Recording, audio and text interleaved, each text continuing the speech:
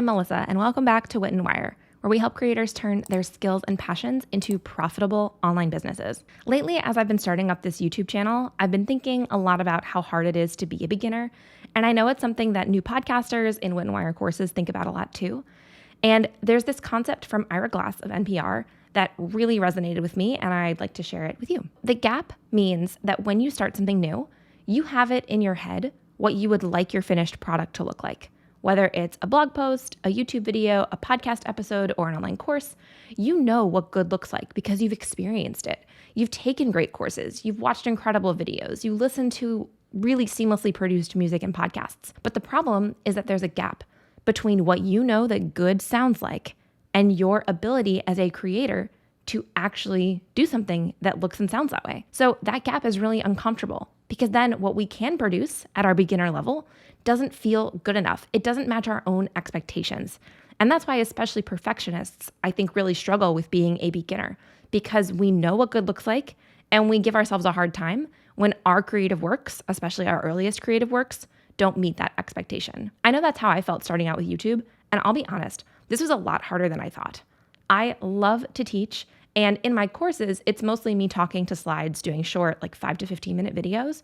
And so this kind of talking head video is totally outside of my comfort zone. It is nothing like teaching online. It is nothing like teaching in person. And so there's been a huge learning curve where I've felt really frustrated, like re-recording videos and getting caught in my head. But I think what's helped me the most is instead of just thinking about how do I create a first perfect video, I have decided to reframe my first videos as a trial run. So the way I see it, my first month, 10-ish videos even, that I'm gonna put out are all just a test. It's not about getting it right.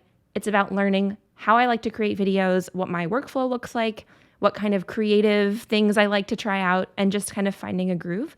And then after those 10-ish videos go out, then I'll go back and see what parts of the process worked for me, what creative elements worked for me, and what do I need to change.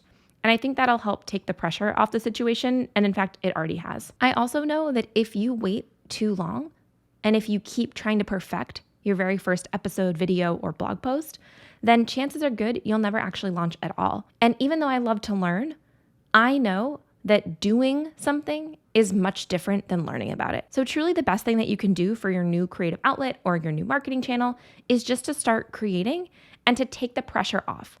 So I wouldn't try to make the first one your magnum opus, your most perfect creation ever. Just try to think of it as a trial run. Think of it as a way for you to learn. Choose a topic that you're comfortable with, but don't try to choose the biggest topic maybe that you've ever wanted to talk about, like your signature topic. That could come a little bit later on, or you could break it out into pieces. I'd love to know in the comments, what is something that you are currently a beginner at? And if you have any questions, I'd love to hear. No matter what you're a beginner at, I don't want you to worry about getting the first episode, the first video, or the first try perfect. Give yourself permission to see them as a trial run, just like I'm doing with this YouTube channel. And hopefully, once you start to get into the swing of creating, trying new things, getting used to the tech, getting used to how it feels to be in this new space, it'll help you put maybe some of that stress aside. And as I start to put out more videos on this YouTube channel, I hope it might help you too. If you felt at all encouraged by this video, I hope you'll give it a thumbs up and subscribe to Wit and Wire before you go. And no matter how new or experienced you are, I believe in you, and I can't wait to see what you'll create. See you soon.